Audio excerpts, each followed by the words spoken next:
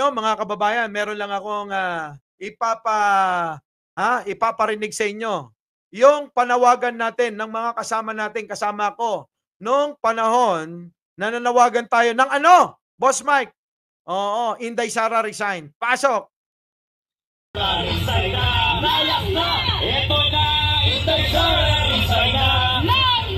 Siya ay hilos sa marami no comment sa komentary. Ganyan talaga ngayon. Paganak ni Dulain. Ito na! Inday Sara resign na! Ito na! Inday Sara resign na! Ito yun ho yung kanilang binabatikos na nilangaw. Yung ating ginanap na panawagan para mag-resign si Sara. Ano ngayon yung mga bumabatikos diyan? Syempre. Vloggers to vloggers 'yan. Vloggers versus vloggers. Di ba? Sige, tuloy mo. Inday Sara resign na. Oy, no comment sa marami. Ay, no comment. Ito na! Ito pa! Ito pa! Diba? Nakaka!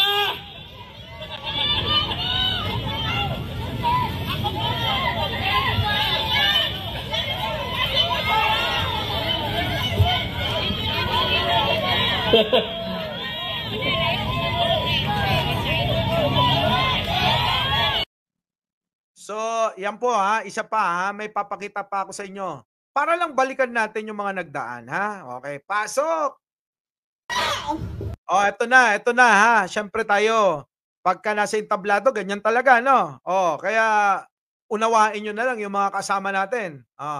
Pasok! Sara Duterte! Dapat alam mo kung paano umaksyon ang isang DepEd Secretary! Idinalaga ka ng ating Pangulo na caretaker ng bansa. Dapat ang ginagawa mo, inaalagaan ng ating bansang Pilipinas at hindi pumupunta sa rally na pinapabagsak ang iyong boss. Kita nyo, tama naman si dyan ni Admin Rich di ba? Iniwan siya. Caretaker ng bansa. Nag-rally sila sa Liwasang Bonifacio. Tanda-tandaan nyo ba yon? Anong ginawa ng caretaker natin? Samantalang, ang sinisigaw sa rally nila, Bongbong Marcos, resign! Diba? Pero bakit nandoon ka, Sara? Tama nga naman, di ba? Ako talaga naiinis, no? Mga kaibigan, nararamdaman ba ang aking very intense emotion? Kasi naiinis ako Bakit parang hindi ko kayo maramdaman?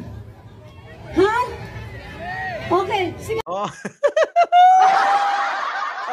Alam nyo mga kababayan emosyon at pananaw ng simpleng mamamayan. Yung nagsasalita doon, si Admin Rich. Sige. Pasok. Sara resign! Sara resign! Sara resign! Sara resign! Sara resign! Uy, isang beses lang ginanap yan. Ano na, Banat Bay? Isang beses lang ginanap yan. Bakit ngayon, di ba? Nagtagumpay sila. Ano sabi nila noon, mga kababayan? Pambabatikos nila? Eto. Shoutout po sa mga bangag vloggers. Next time naman, sasabihan nyo kami pag may rally kayo para i-announce namin. Kasi balita ko, 30 lang nagpunta dyan sa, sa rally ninyo. So ngayon, hindi ba kayo nahihiya, Banat Bay? 30 lang yung umattend sa rally ng Sara Resign Movement. Pero nagtagumpay! Di ba? Hindi ba sila nahihiya? Nagtagumpay! Kayo ilang rally na yung ginagawa ninyo? Bakit hindi kayo magtagumpay-tagumpay? Di ba? Sabi dito ni George Tapia, 30 pero successful. At take note mga kababayan, isang beses lang nangyarit ginawa.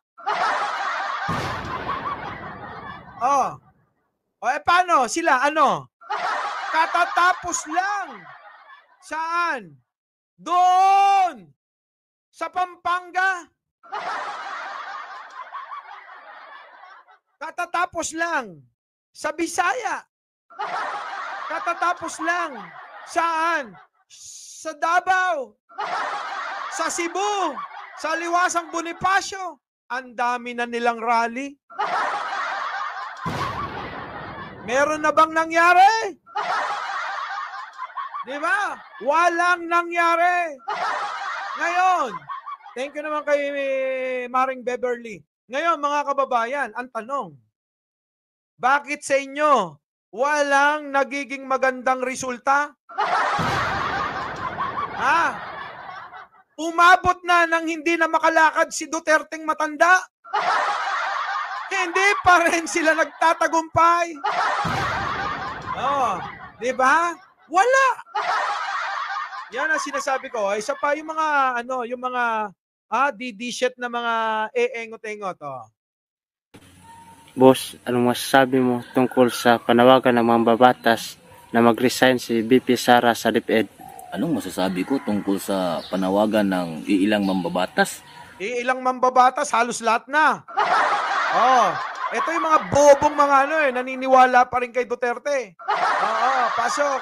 Na mag-resign si VP Sara sa DepEd? Simple lang. Kapal ng mukha nyo. Ano makapal ang mukha? Ito mga ito mga vlogger at influencer ni Duterte, itong Duterte loyalist. Kasi yun na yung bagong tawag nila, binago na rin nila. Parang yan mawalang galang sa mga pinklawan, Parang dilawan to pinklawan, DDS to to Duterte loyalist na sila. Bakit? Sunog na ba mga DDS? Kaya nagpapalit na ng tawag. Ano na tawag mga kababayan? Duterte loyalist na daw sila. Wala nang DDS, sunog na rin. Wala na. Di ba? Kita nyo mga kababayan. Ano na pagkakaiba nila? Wala na. Sa dating mga pinahirapan nila. Itong mga dilawan na naging pinklawan. Ito namang mga DDS naging Duterte loyalist. Ngayon, meron pang isa. Si Sara Duterte, nakakampi ni Pangulong Bongbong Marcos na magiging leader na ng oposisyon ng tatay niyang si Duterteng matanda. Kita nyo. So, ano mangyayari ngayon? Yung kinaiinisan nila na si Leni Robredo noon, yun ngayon yung gagawin nila. Diba? Nasaan ang delikadesa? Wala bang originality? Nakakahiya. Pasok.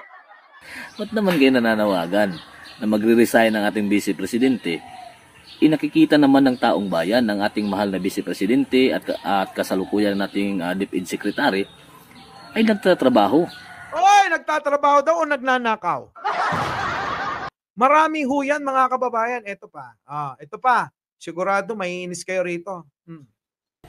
Parang tahimik kayo ngayon Update naman kayo dun sa VP Inday Sara resign rally nyo. Kita nyo kung paano nila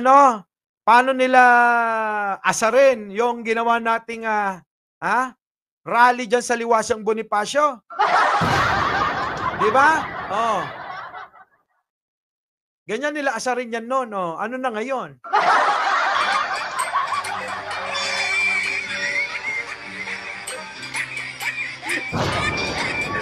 Yan, ang yabang nyo.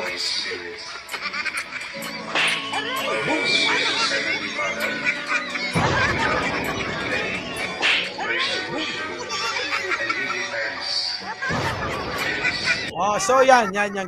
Ganyan nila inaasar-asar. So ngayon, hintayin natin kung ano na masasabi nila ngayon. Sa bagay, nag-iiyakan na. Nauna na si Roque, nauna na si Panelo. Kailangan to the rescue para i-weigh. I-weigh itong si Sara. Di ba? I-weigh nila yung pagre-resign ni Sara para magmukhang kawawa. Magmukhang inaapi. Magmukhang mukhang mabait. Tawa noon, iyak ngayon. Wala na. So mga kababayan, eto pa. Ay nako, Diyos ko po. Nasaan na yung boss mic? Eto pakinggan nyo to si Ate Sara. Kung may sense yung sinasabi. Pasok, balik natin si Sara. Mga kababayan, ang aking pagbibitiw ay hindi lulan ng kahinaan, kundi dala ng tunay na malasakit para sa ating mga guro at kabataang Pilipino. Kita nyo? Pa-victim na si Sara. Yung pag-ano daw niya, kailangan hangaan pa siya sa pagbibitiw niya na wala naman nagawa. Ganun ba yun? Wala naman dating yung mga sinasabi. Binubolo lang yung mga tanga at bobo na may bonus pang kamangmangan Bagamat hindi ako magpapatuloy na mamamahala sa kagawaran. Yan na lang sasabihin niya, binabasa niya pa. Konting hiya naman kay Pangulo, no? Abay, nando doon. Sa IISS, sa Singapore. Pinagtanggol yung bansa natin. Walang basa-basa. Bakit? Matalino yung presidente natin Tingnan nyo, yan na nga lang Yan na lang yung sasabihin niya, Tagalog pa.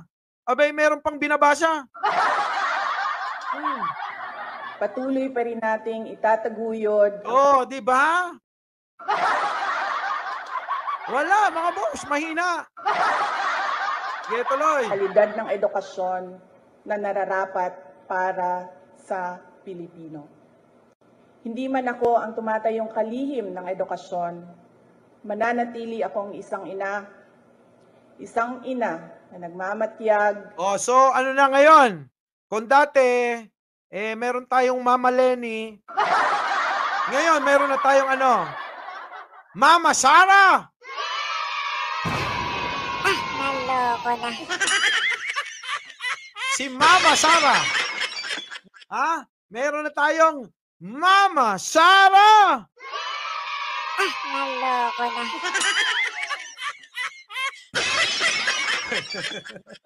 Pasok. At titindig para sa kapakanan. Ulitin mo nga. Isang ina na nagmamatyag at titindig para sa kapakanan ng bawat guro at bawat mag-aaral sa Pilipinas. Oy! Basahin mo na maayos! Baka lumagpas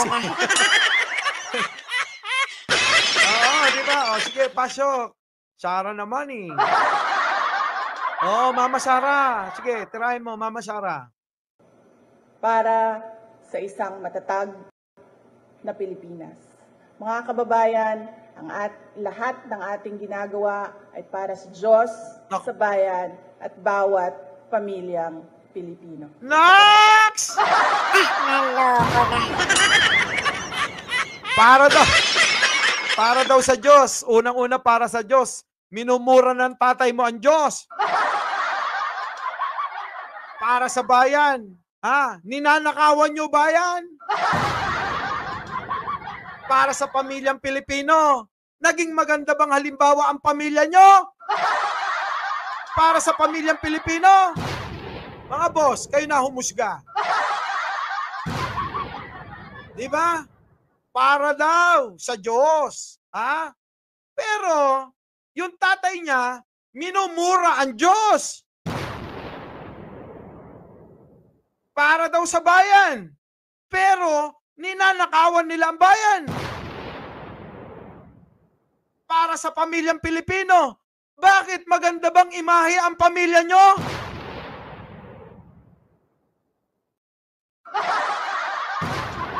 Wala sa nabanggit, Boss Mike. Naloko na.